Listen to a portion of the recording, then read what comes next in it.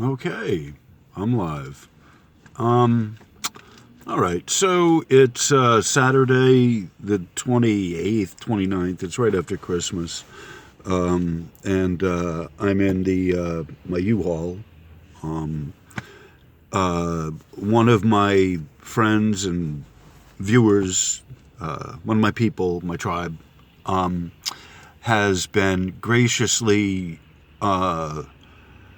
helping me to float with the U-Haul Corporation.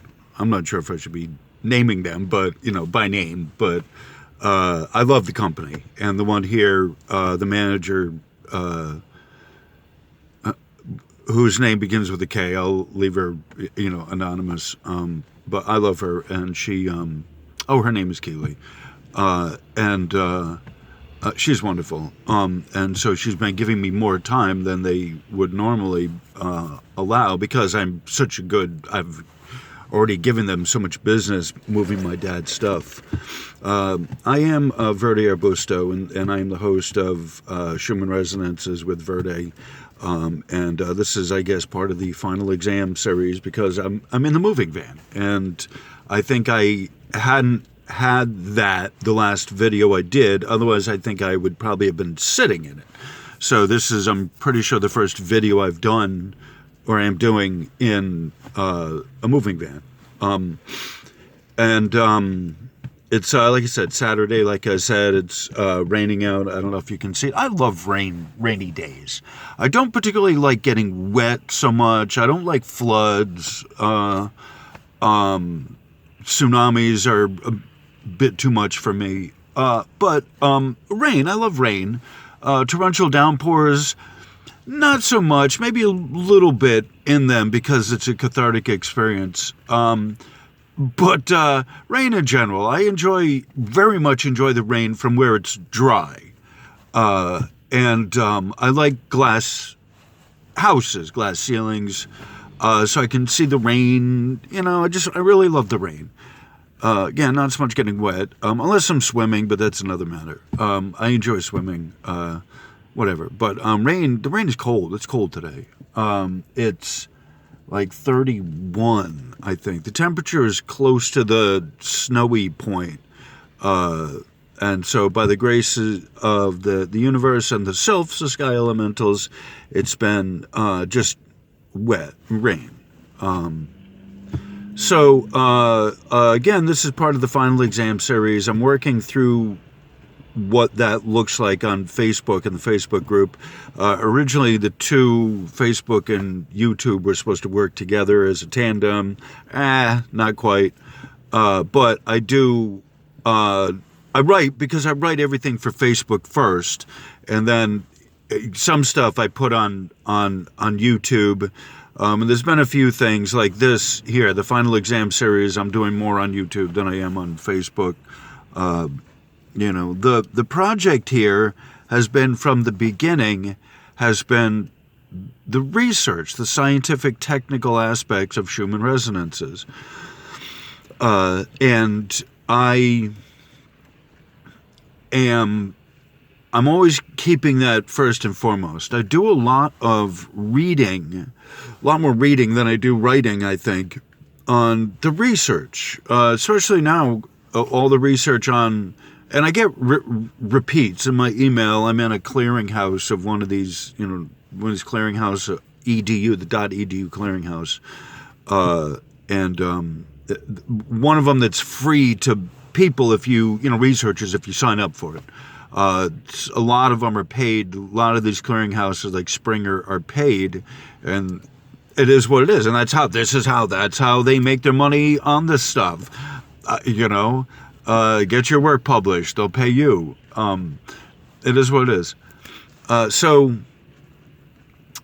on the one I'm on, I get a lot of, repetitions, like I said, but in general, and work that I'm familiar with, about the electron TC, the electron content before earthquakes, seismic precursors, right? That's what I'm getting a lot of now. Not so much on the Schumann resonances,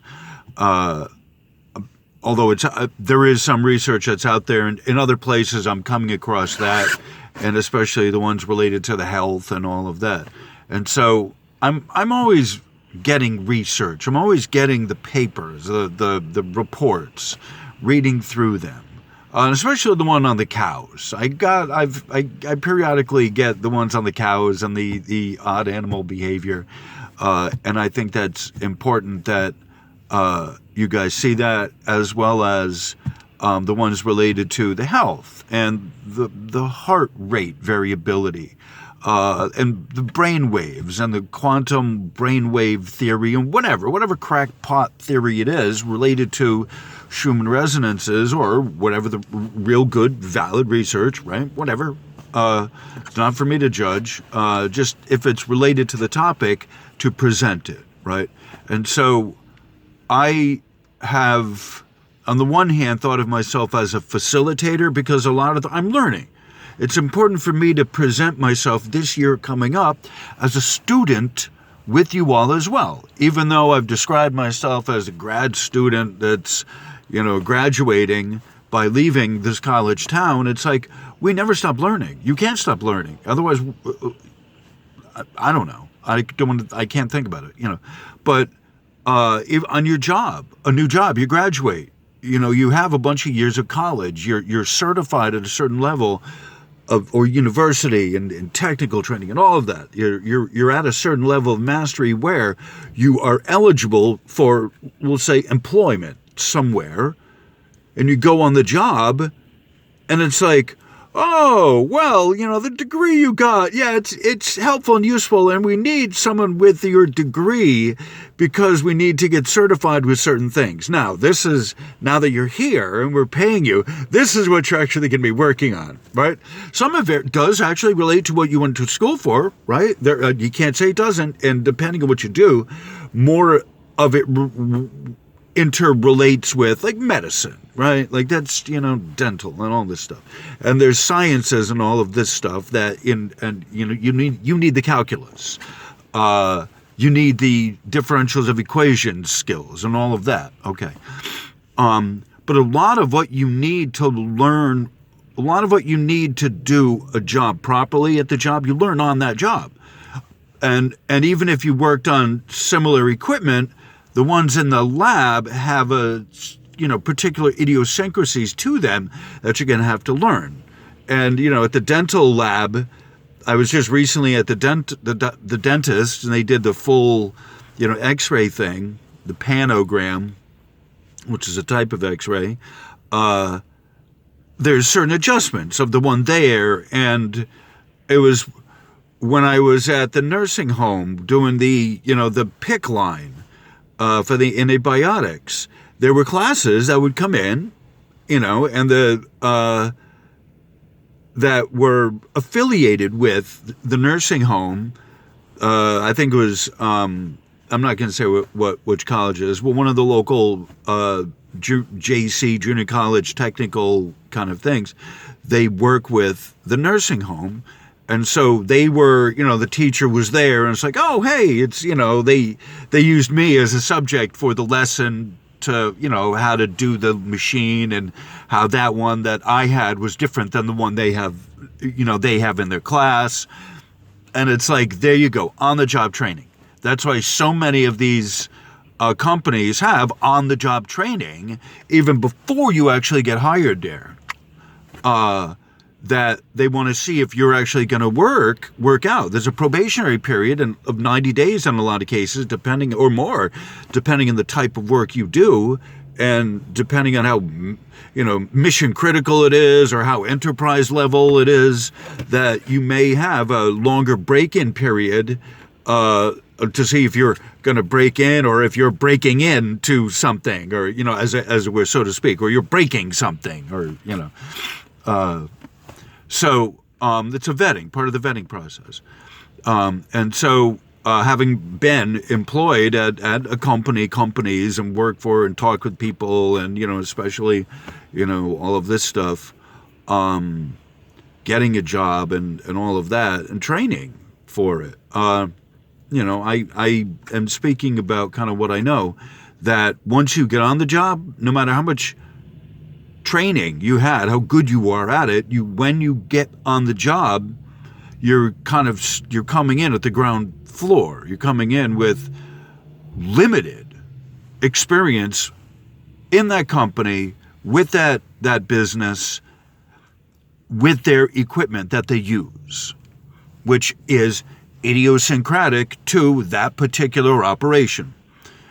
And a lot of the idiosyncrasies have to do with how much they're willing to pay for whatever technical hardware, equipment, blah, blah, blah, blah, blah, software upgrades in a timely manner, subscriptions to technical journals, and blah, blah, blah, blah, blah, blah, blah, blah, blah. It all boils down to the majority of what you're going to need to learn to work at a job, you learn on the job and within the first 90 days. And a lot of times, like when you work at Pfizer's or a big chemical plant, you have to go to, even if you're not working with chemicals, you have a broom, even if you're a maintenance operator, that you're not ever gonna touch anything that's caustic or whatever. You're pretty sure you're not. You still got to go to the OSHA presentation. All of the new employees. If you got a clearance that allows you to be there on the job, all of the employees have to go see this OSHA presentation, which could be eight hours. And hopefully, fortunately for you, they'll break it up into 2 4-hour sections. Some jobs have at least an 8-hour OSHA, a 10-hour OSHA. It's a week-long presentation of the OSHA is Occupational Safety Hazard Administration. So OSHA takes precedence at like pretty much any job. I couldn't imagine any job that OSHA doesn't take precedence of, because it's occupational safety and health, right? Like no matter what job you work at, there's some, let's say you work at a desk on the 26th floor of a high-rise. What's OSHA got to do with it? Well, do you know where the fire exits are? Do you know where the fire extinguishers are? Do you know what to do in case of emergency? Don't take the elevator. Do you know where the fire things are? The pull things. A blah, blah, blah, blah. No matter what job you're at, like nowadays, any job that has a human resources department, we file an application, you're gonna encounter OSHA, which is Occupational, again, Safe and Health Administration. OSHA and the health code, depending on what you do, the health code, the fire code is one of those that's, and they work together, the fire code and OSHA, a lot of times. These are things that'll shut down your operation. And if the newcomer doesn't know what any of this is, or if you get some new guy on the desk who's letting people in, even if you're not using the degree, you still need a degree to work there, even at the desk, the front desk. There's plenty of room for advancement, but we want to, you have a summer intern job or some stupid shit. Everyone, all of them, after employment has to know the basic rules of the job, which again, you have OSHA, you have knowing what OSHA is, and in some cases you need to know where the hazmat, hazardous materials equipment is, for handling something hazardous, a possible blood, right? I don't know what kind of job it is, but depending on what you're doing, there are these, how do I say it, administrative considerations at a job, right?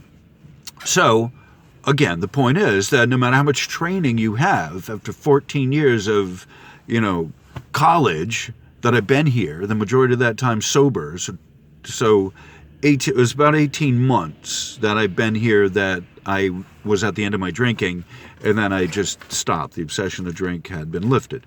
So the majority of the time I've been here, a good proper 12 years of proper learning, we're at a point of stepping into the new, the next two years are going to be having nothing to do with the president in charge of the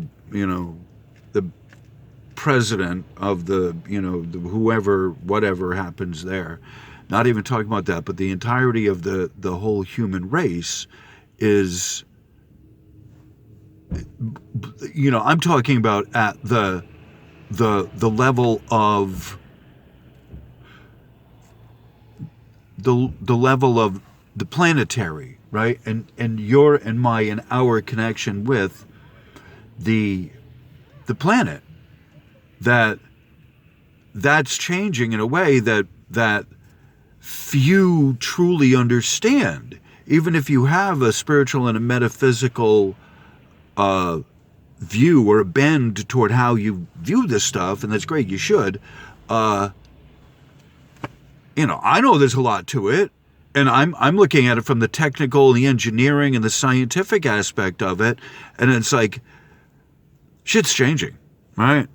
Like what you knew, what you had known, what we did know, what we thought we know, it's changing. Some of it's just you're shifting in focus, and other things are coming more in focus, and the connection of all the electrical circuit stuff of the planet with the solar system and all the rest of it coming more in focus as the divine guiding principle for all of life, what allows all of this to happen, and not just dimensions, but density, the density levels of the spiritual and the astral and the stuff you can't see, right? You see water and air and, gas, steam, they're all part of, and there's a spiritual equivalent to all of that stuff on the other end of it that many just don't see, and that's fine. So I'm, like, this year coming up, I'm working on being the student and instead of the teacher. What's the difference, right? Because I'm still kind of leading things. I know the most on the topic. But the difference is the student, the teacher gets paid and draws a salary. The student requests money to pay for education, right? So that's one of the things of why I'm shifting gears from teaching to being a student, is because I need help paying for the rental van. I have the gas. The per diem cost of the rental is being subsidized by someone very near my angel. However, there is gas, and then there is other mileage, and then I got to eat as well. I need my coffee, right? I'm at the you can't really see from here, but Starbucks. And I love them. They're awesome. And I make them smile. I love the refill policy. My Starbucks name is Mr. Fabulous, right? I've shared that before. So I wanted to make a quick update on this. Let everyone know where I was. I got to throw some content on my channel to keep it percolating up.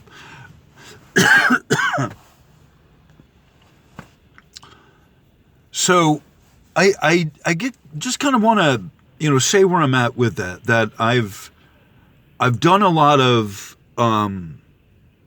leadership, teaching kind of stuff with all the Schumann and electromagnetic stuff, and it's time to kind of go back to basics. It's time to kind of go back to student mode, and back to learning, and that's sort of why on the Facebook that I've posted a bunch of, and it also appears, enough of it appears in my the WordPress blog, enough of it appears on the YouTube community, right? I do a lot more posting on the community posts than I do put videos.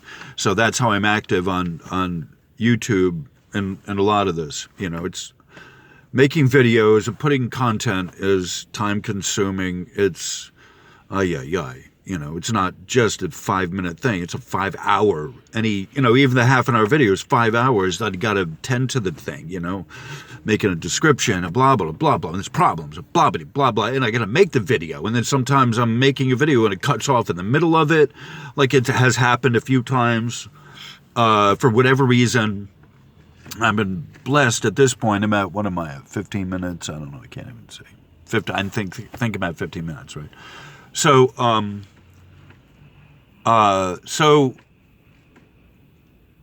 so I'm in student mode. I'm being receptive so that I can be receptive to what the universe has to offer for me.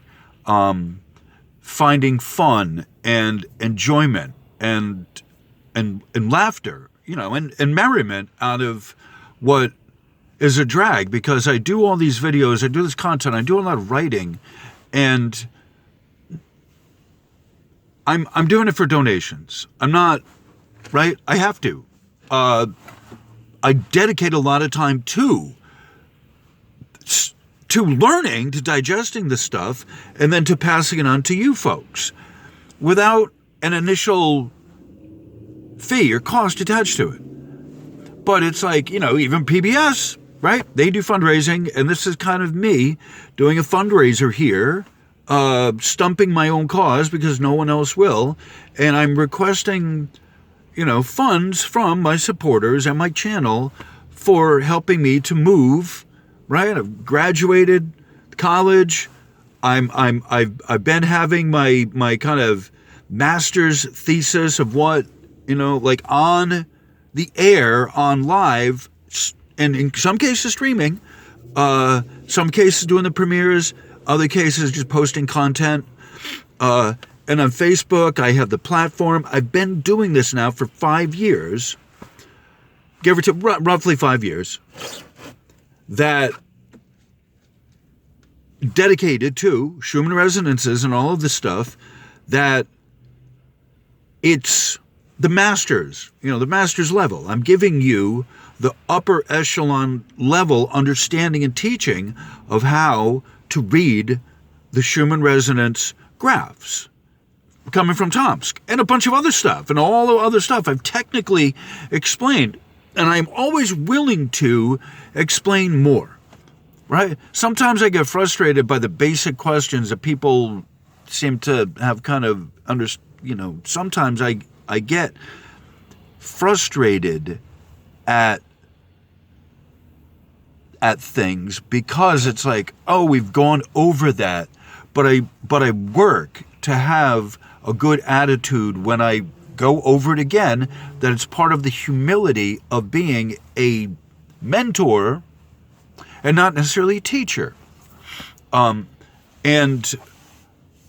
I'm put kind of in a leadership spot because I know the most on the subject, but I'm not leading any kind of a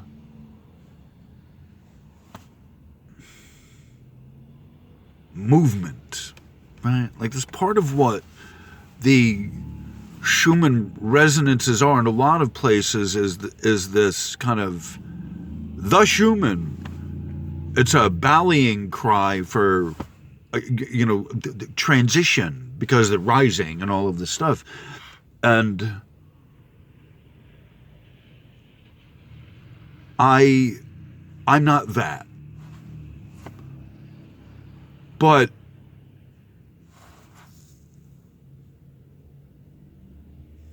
there's a personal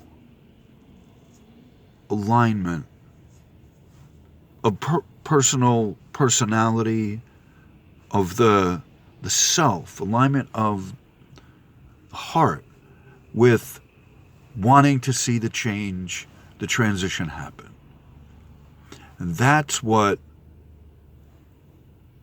is the magic of it. Not it resting on the electromagnetics, the ascension symptoms. Don't know. That's RF poisoning. Sorry. No, it comes at the heart. It comes with the desire and the will. And there isn't a substitute. There isn't anything else outside of that. And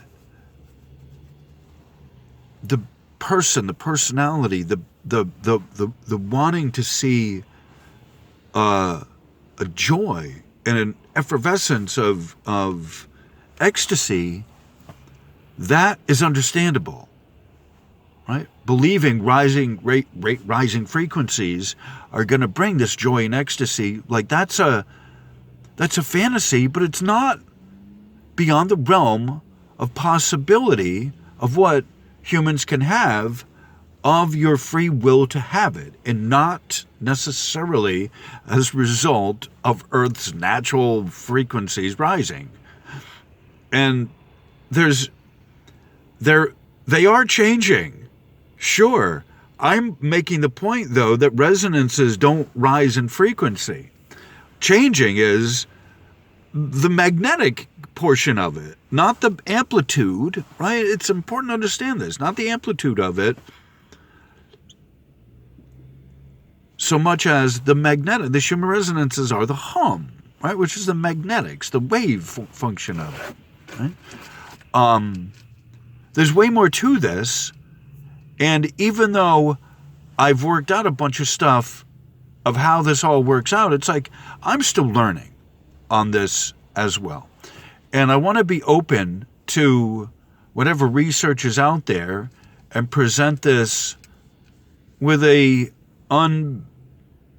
unbiased perspective, I think, of learning, taking in new information, right?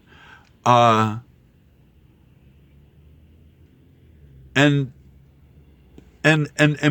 looking at all of the information.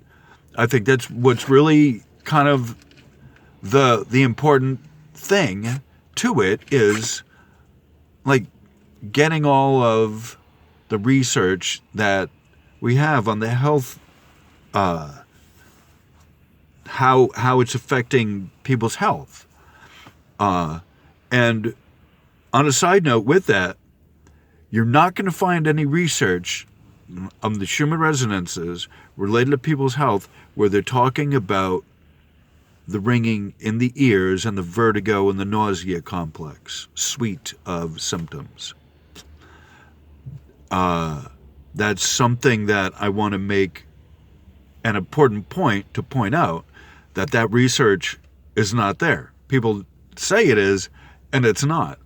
And so they're researching on cancer cells, on benefits of the skin, on the heart rate variability, on brain waves.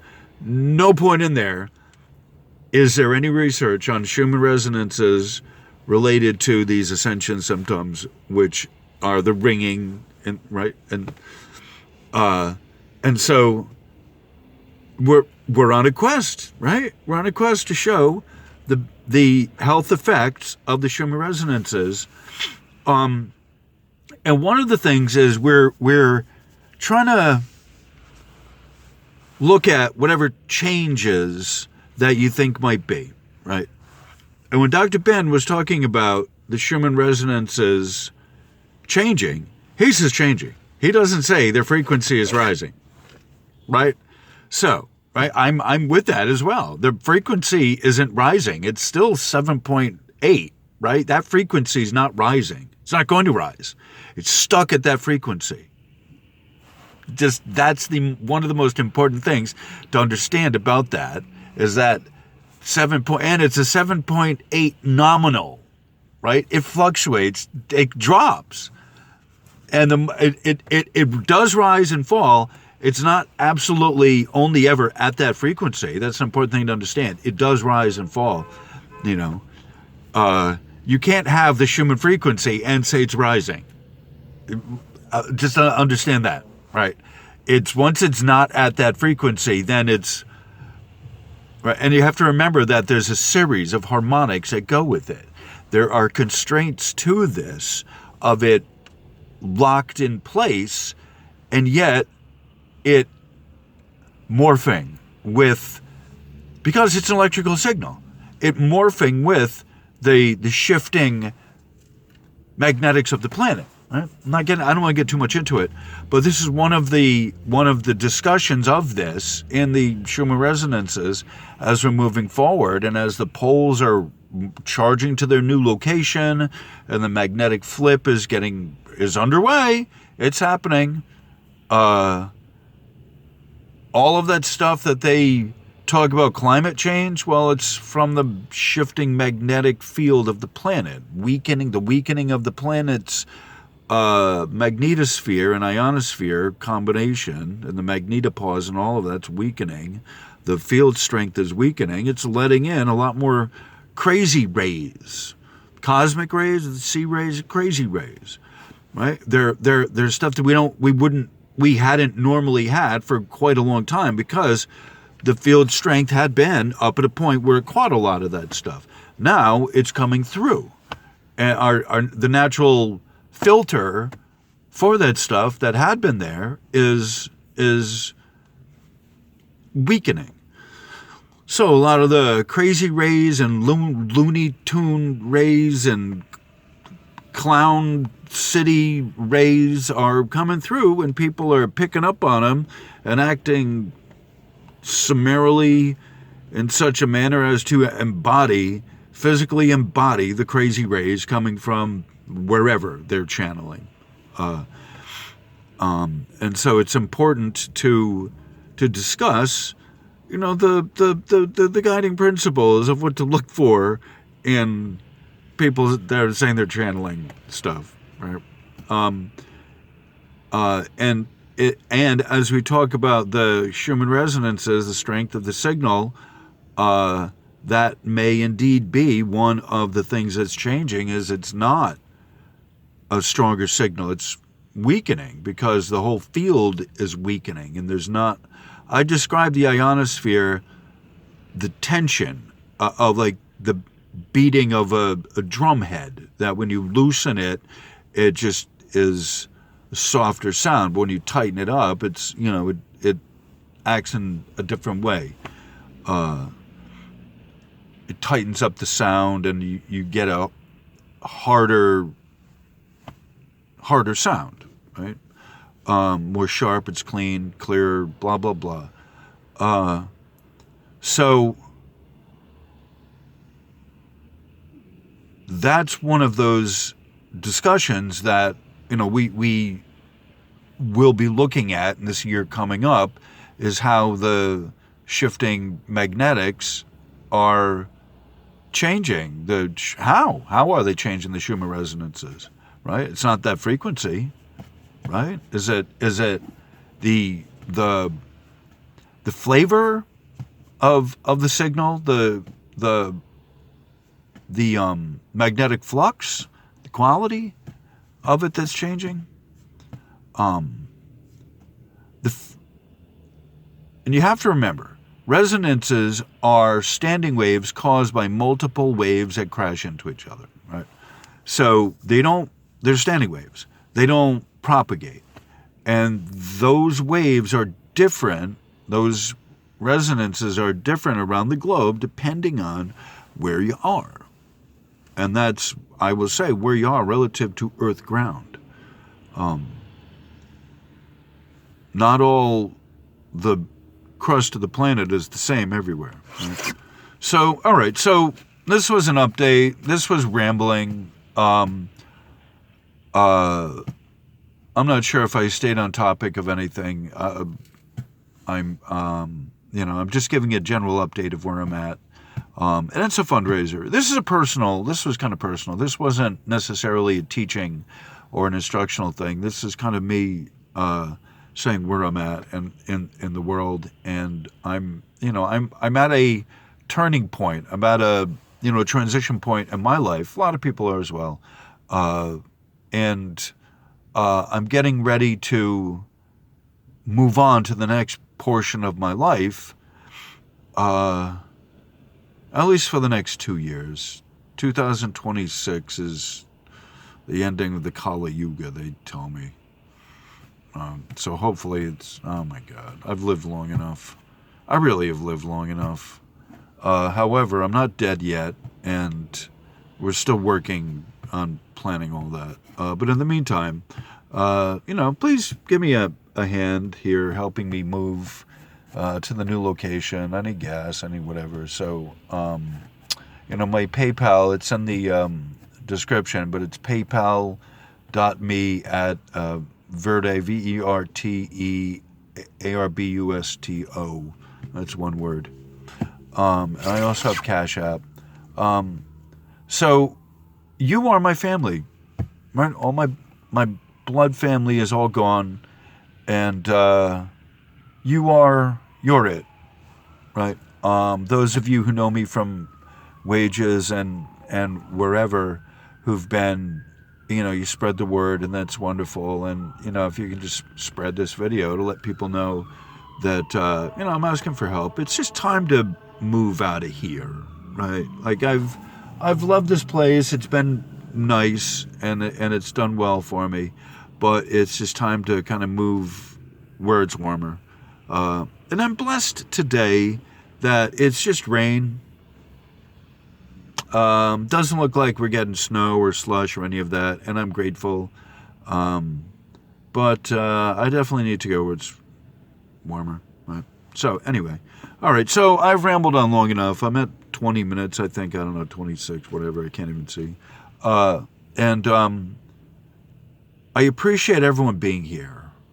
Even if you just comment, right? Share, like, comment, subscribe.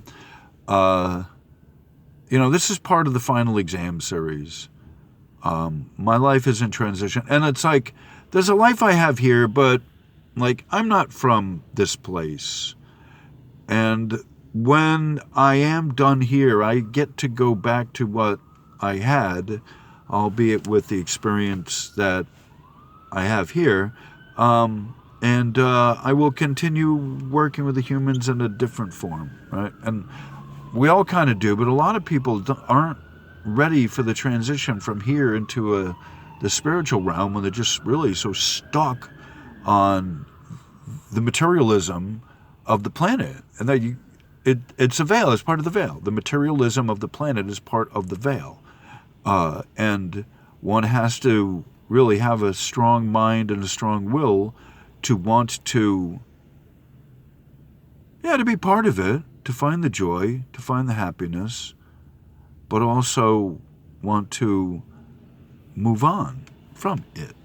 And with loving care. It's, I've been here long enough. And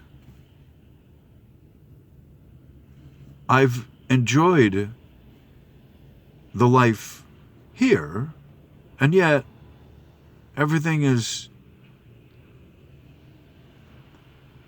changing in a way that I'm not suited to deal with. And I just offer love to the planet, but, like, let me have the form I had coming here before I incarnated as a human, right? There's way more going on, way more happening in the 0.98% of the rest of the galaxy that you can't detect or understand as a human. What we can see, as a human, even with our best efforts, our best efforts, the Webb Space Telescope, even the best efforts, as a human, you only experience this tiny percentage, a sliver of the greater consciousness of the universe that is available in just this galaxy. Life, if you really truly look at it, all the preponderance of life, of the different plants and animals and even humans all over the place, life under the sea, they're all different forms of life, and new species are popping up as we change. Old species, pass on, and it's just a marvelous place that's very overwhelming and very terrifying, right? And I just really need to have a heal from being here. I think that's the best way to put it.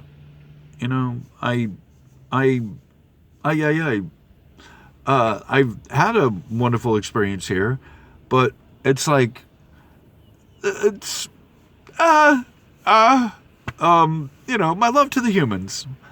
That's part of what the thing is. Like, I give love to the humans, and I've enjoyed being here. Let me go home for a vacation and come back in my new form, and then we'll talk. That's all. That's all I'm saying. So on that cheery note, on that fantastic note, maybe sad note, I'll say a cheery note. For me, it's a cheery note. Think of going home and then coming back in a brand new form.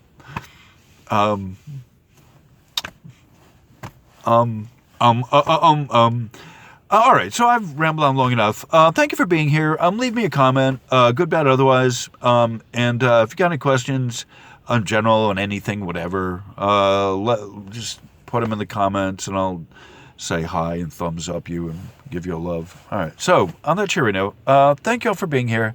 I am VertArbusto, and this is the Schumer Resonances, sometimes with Verde. And I thank you all for being here. Much love. Namaste.